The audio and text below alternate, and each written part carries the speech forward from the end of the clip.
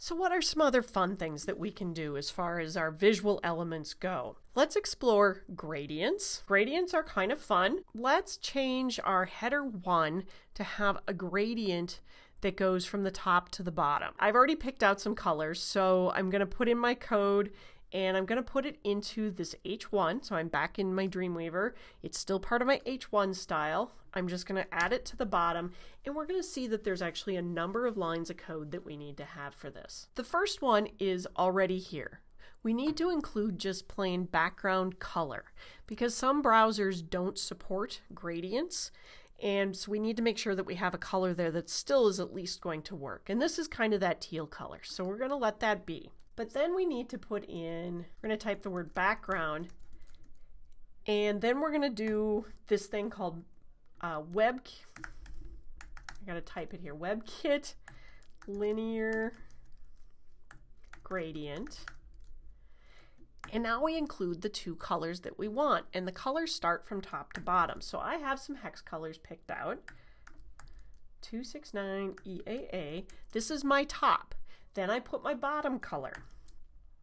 134 D53. So those are my two colors, and you noticed I've got them in between parentheses, separated by a comma. And at the end I need to put my semicolon, and I'm going to leave myself a comment here because this is for people who are on browser Safari from 5.1 to 6.0. So this is allowing us to support different browsers and different ages of those browsers. So now this is going to seem really silly, but we need to actually include this background piece again. But instead, this time, this is going to be for supporting the Opera browser. So after the word background this time, and I'm going to show you an easier way to do this in a moment. I mean, you still have to type all this stuff, but you can actually copy it and then just plug in the numbers you want. Background gradient. I am just going to copy these two numbers because this is identical. And put the closing. And I'm going to make a note here saying this is for Opera 11.1 to 12.0.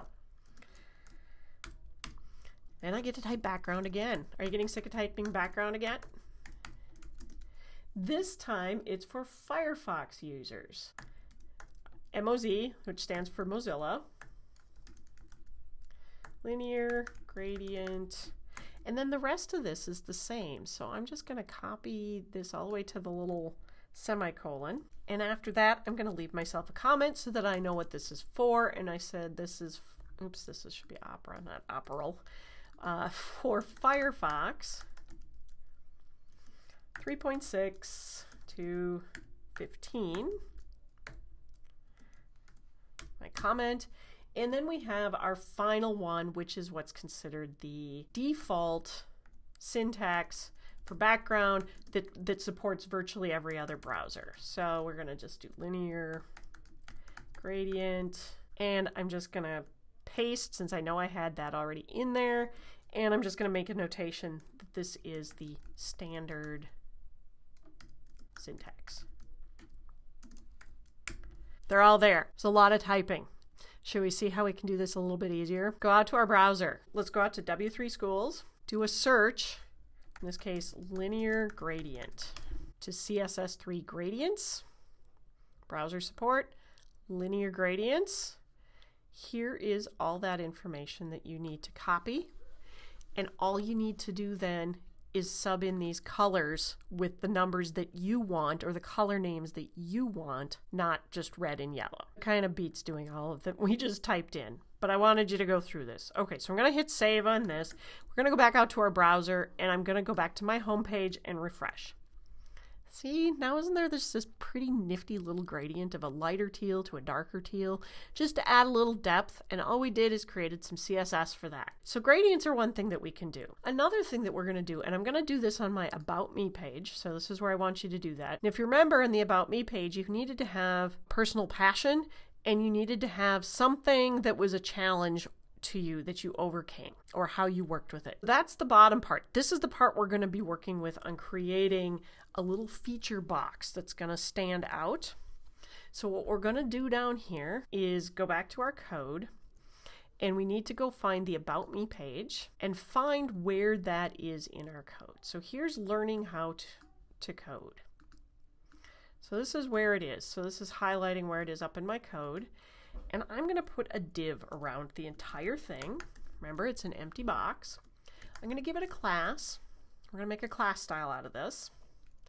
And we are going to call, or at least I'm going to call, you can name yours whatever you would like. I'm going to name mine feature box because it's going to wrap around the whole thing. And then I need to go to the very bottom. So here was my last paragraph. I'm going to put my closing div tag there. And just because I like to know what these are closing, I'm going to put closes feature box.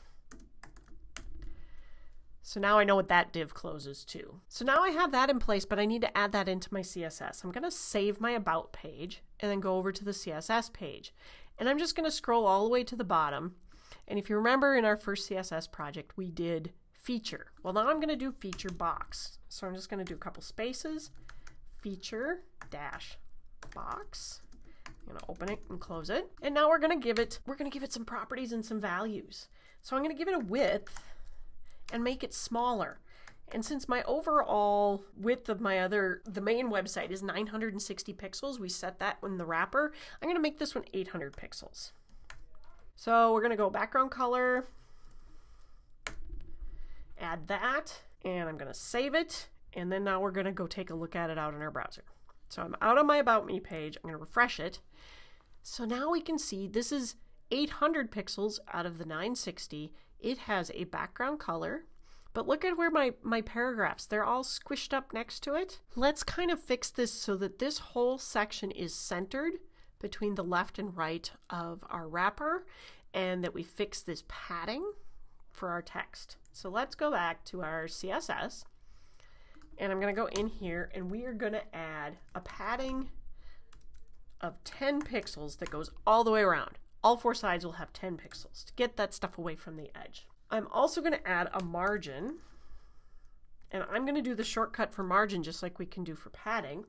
And in this case, I'm going to say I don't want any margin at the top because I don't think that we really need it. I'm just going to go back to the browser.